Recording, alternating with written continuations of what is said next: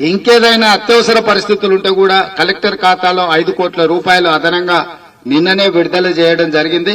Collector గారు వాటి నుంచి ఏదైనా స్థానిక సమస్య లేదని వస్తే అక్కడికక్కడికే పరిష్కరించడానికి కూడా మీరు మంజూరు చేసే అనుమతి రాష్ట్ర ప్రభుత్వం ఇచ్చింది. కాబట్టి మీరు ఆ విషయాన్ని కూడా దృష్టిలో పెట్టుకొని వాళ్ళని ఆదుకొని కష్టాలలో ఉన్నారు.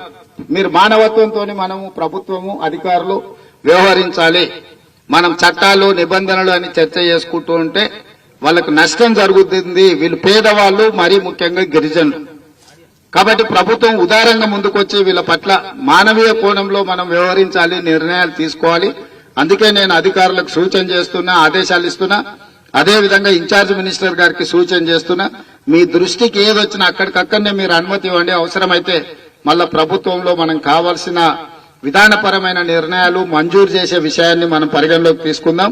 మీరు స్వేచ్ఛగా ఈ ప్రజలను ఆదుకోవడానికి, వాళ్ళ జీవితాలు పునరుద్ధరించడానికి, మళ్లీ యథాతథ పరిస్థితి వాళ్ళకు వచ్చే విధంగా మీరు పర్యవేక్షించుకుంటూ అధికారుల నుంచి సమాచారం తెప్పించుకుంటూ మీరు నిర్ణయాలు తీసుకోండి. ఏదైనా ప్రభుత్వ స్థాయిలో నిర్ణయాలు మళ్ళీ తీసుకునేది ఉంటే మనం తీసుకుందాం.